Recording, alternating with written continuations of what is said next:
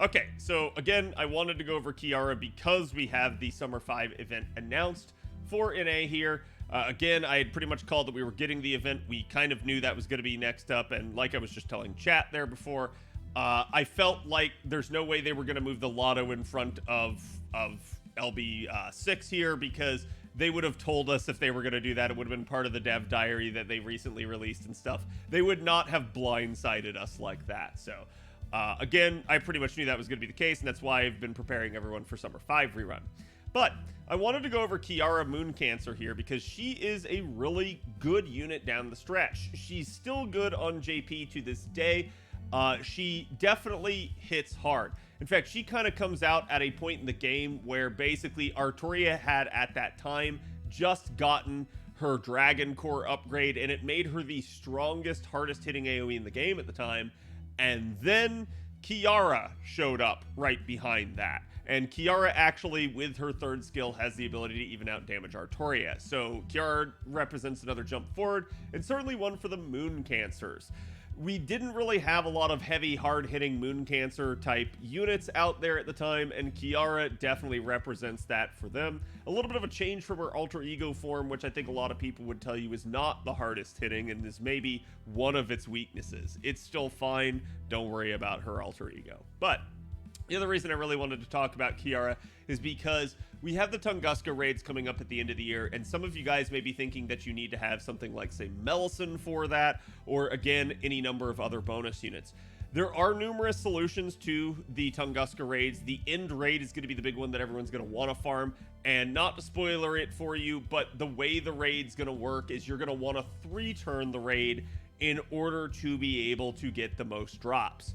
Basically, there are spawns with the raid boss, and that is going to make it so that each turn they spawn, and so you're going to want to kill all 3 waves of that. So if you kill it too fast, or you just focus on the main boss enemy, you're not going to get much gain out of that actual raid. So again, having a unit that's AoE like Kiara can be really nice for you, and she's not the only solution. Melisson works, even Barghest in some scenarios, so definitely go look at the Tunguska bonus units if you're concerned about this, and put your eyes on it, and that way you'll have an idea of who's going to be useful to you.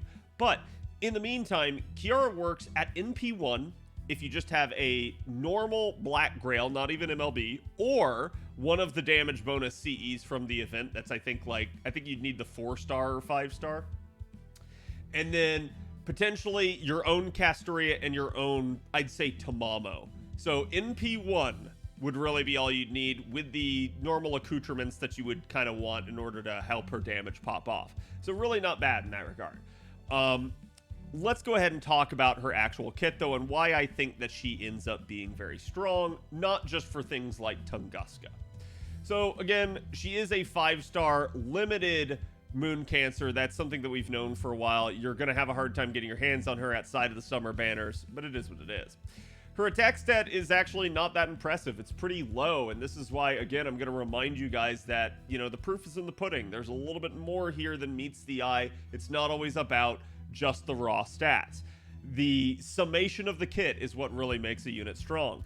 She does have thick HP, and that's really good for her. And then she's Earth attributed, 50-star absorption, which is rather low, but hey, she's Mooncancer, kind of to be expected. Star generation rate's actually pretty good. And then NP charge attack here is only 0.6. This is probably Kiara's biggest weakness. Now, that being said, she has numerous ways of dealing with it, so it's not a very big weakness, but you will find over time in a challenge quest environment that you're probably going to end up needing to get charge on Kiara, so that's just why I bring it up. She only has a 0.5 death rate, which is really good. It's very low. And then she ends up basically being lawful evil alignment. She's female gender, a goddess servant, humanoid servant, summer mode servant, and weak to enemy elish. And in stages 1 and 2, she's hominide, but stage 3 is the animal characteristic and demonic beast servant and levitating servant.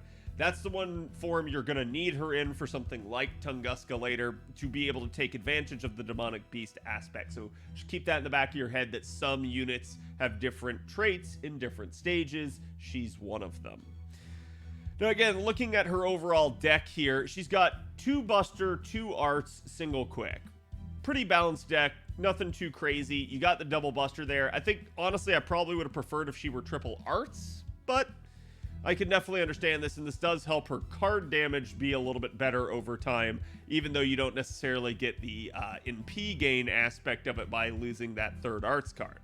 Still, all of her hit counts here are average or above, with basically the Buster card being the one that is above. So again, a 3-hit Arts card with 2 of them, nothing too bad there. You definitely can get some good mileage out of that. Kiara Summer is a unit that has a laundry list of skill descriptions, and she definitely represents a huge step forward in terms of, like, oh god, they're power creeping how long they make a skill description.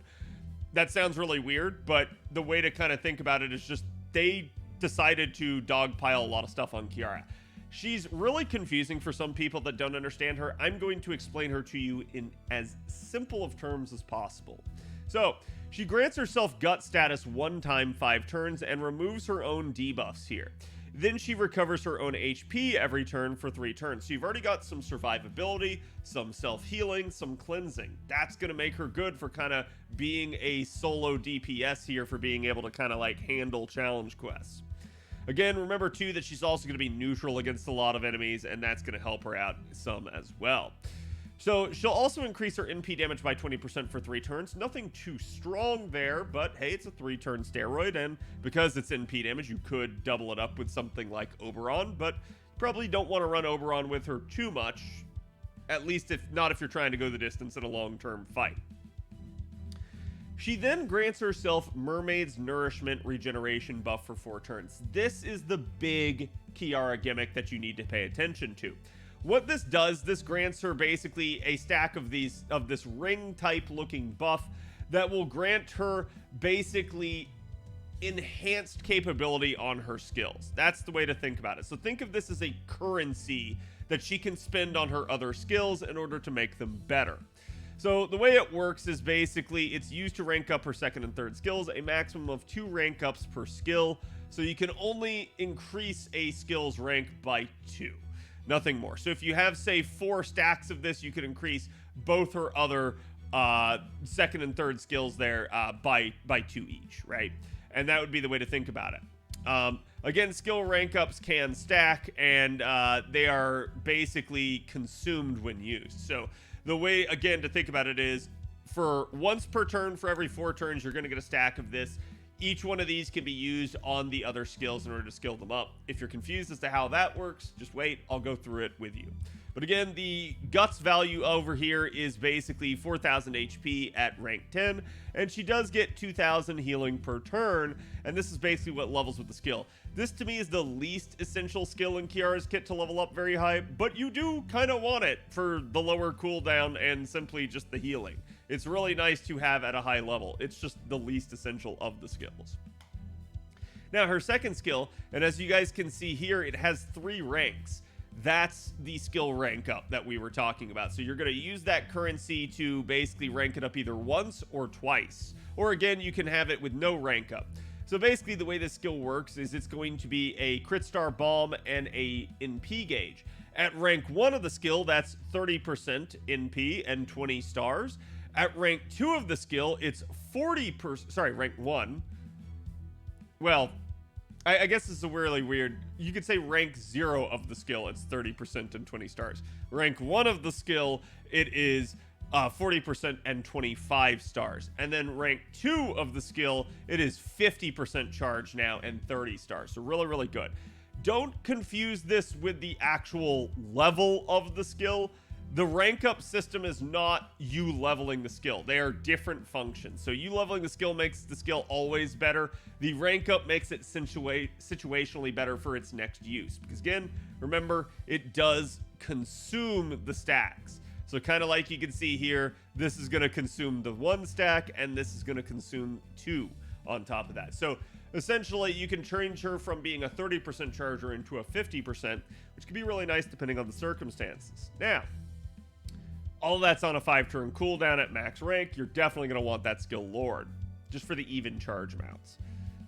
3rd skill.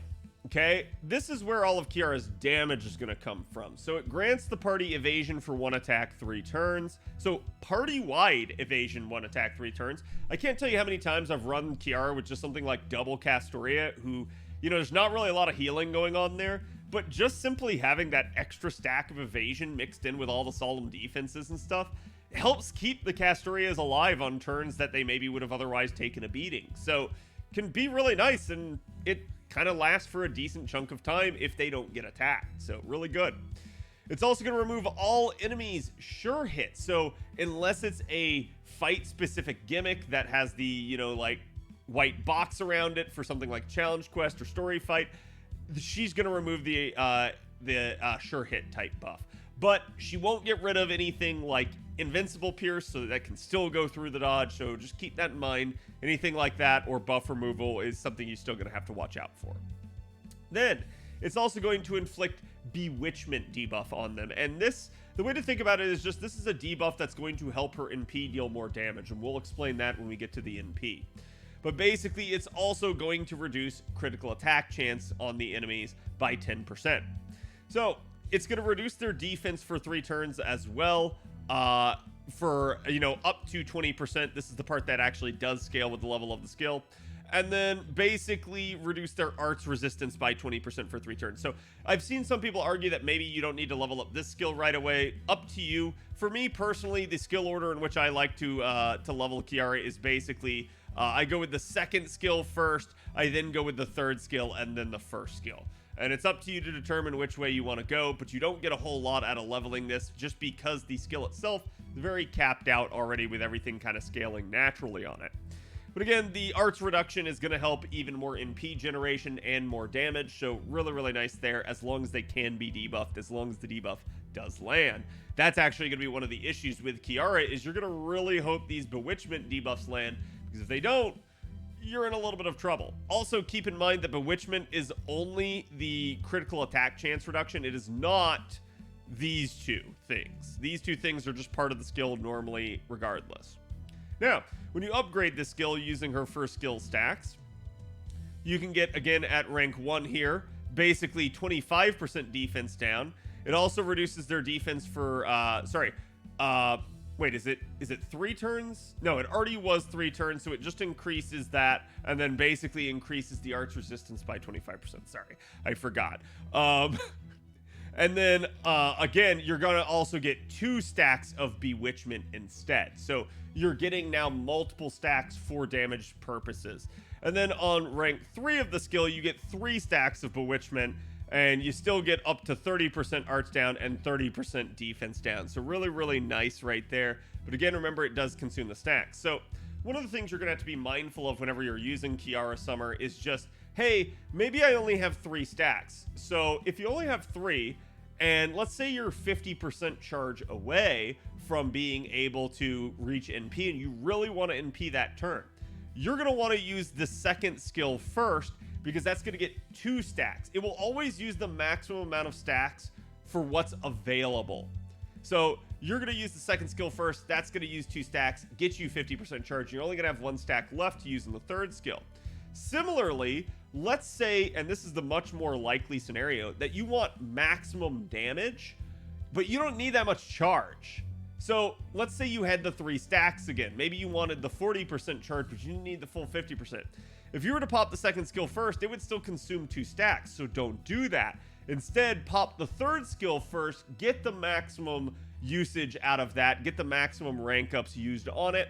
Then that'll leave you with 1 rank up, and then you can just use that basically on the 2nd skill, and that'll get you up to 40% charge, still be able to NP. So again, the order you pop the skills will matter there, just for determining how these skill rank up stacks are used. Just keep that in mind. You can only use up to 2, and again, you can have at least 4 stacks on you at any given moment. So now let's talk passives here. Kiara gets Territory Creation EX to increase her arts performance by an additional 12%. This impacts everything. Her NP gen, her NP damage. Again, just literally even stuff like her card performance. So really, really nice to have that. She gets Spiritual World Creation EX for NP damage by 12% on top of that, so even more there. And then Independent Manifestation E, this is typically regarded as the Beast trait. We have no idea if we're going to see a Kiara Beast. Let me know what you guys think about that and whether or not you would want to see it and how you would want to see them do it. What traits you'd want to see them give her. But then, obviously, this increases critical damage and instant kill resistance, as well as mental debuff resistance, but basically only 2%. So not really too much there. And then Logos Eater for her final one that increases her own defense against humanoid enemies by 14%. It's actually really nice because there are a lot of humanoid enemies out there in the game. Almost everything is humanoid. Almost. There's a couple of exceptions to that, but you'd be surprised as to what is considered humanoid. So, again, let's talk append skills here. Now, obviously, something like the extra attack finesse can be really nice, especially if you're a challenge unit or you want to solo with her. That's something you can do, up to you. The second one here, the mana loading, can be nice for starting out with having enough charge, basically. So let's say you wanted to start her out with a really nice 50% CE. You could basically do her mana loading of 20%, and then you would be able to pop her second skill on turn 1 for the flat 30% charge. You would not need to wait to accumulate stacks. So, mana loading has a really strong purpose on her, at least for the initial NP and getting to it. After that, obviously, it's kind of loses its value because you're not going to have it anymore. And then her third skill is Anti-Caster Attack Damage Aptitude. This is honestly not that useful unless you just happen to be using her in a fight up against casters.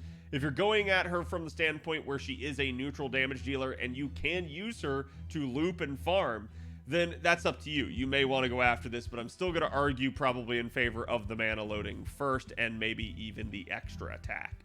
Now, her Noble Phantasm, again, is only a 3-hit arts NP, so kind of similar to Space Ishtar at that point, and basically deals damage to all enemies. Then it deals super effective damage dependent on the number of stacks, and it's 20% per stack of Bewitchment, okay? Now, again, it doesn't just have to be Bewitchment, it's any mental debuff. So other things can apply, things like Charm and Terror. Now, don't get confused by this either here. Some of these are different. So, like, this is not Stun, this is Terror. So just keep that in mind. Go look at what a mental debuff is. Fandom does have the list, and they'll be able to tell you kind of what works. But just keep that in mind that it is not, obviously, every single debuff out there. But still, really, really nice. So the Bewitchment does count for that and basically does allow her to get more, but you can use other things in order to trigger it. Now, again, you have a chance to instant kill enemies. Now, instant kill always succeeds against mob enemies that have 100% death rate, basically bronze rarity. Not always. There are some enemies that can be resistant to that, particularly servants. Just keep that in mind. Instant kill is mostly a meme, and the reason that we say this is because it doesn't work against anything really that you want it to. That's kind of the issue. You can potentially stack the odds in your favor, but even with the odds in your favor against certain types of servants and enemies, it just won't really have a very high chance. This is the case where, again, it can just be minuscule. It can be like a decimal point, not even a full 1% chance. So keep that in mind. Certainly there are some enemies that it works against, others not so much, and that's just kind of a really weird thing. If you ever want to delve into that topic, I actually have a great video explaining the mechanics of instant death and how that works. It's part of the Explain series, so just go check it out. But again, I highly recommend looking into it because the way the formula works is very wonky.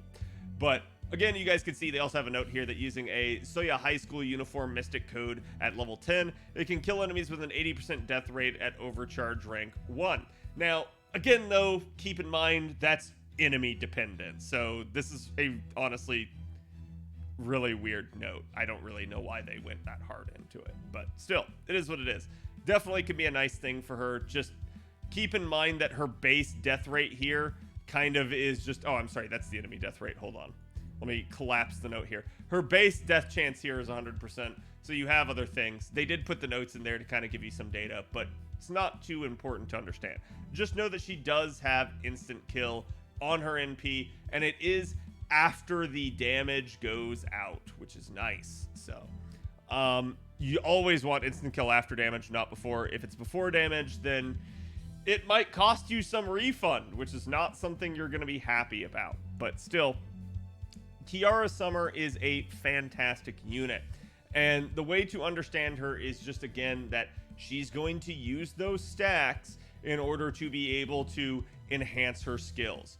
Remember, you get 1 stack per turn. You can have at least up to 4, and each skill will spend the maximum amount of stacks up to 2 that are available. So the order in which you pop the skills matter. But again, let me know what you guys think about Summer Kiara. She's a really good unit, especially down the stretch here, especially for challenge and even farming.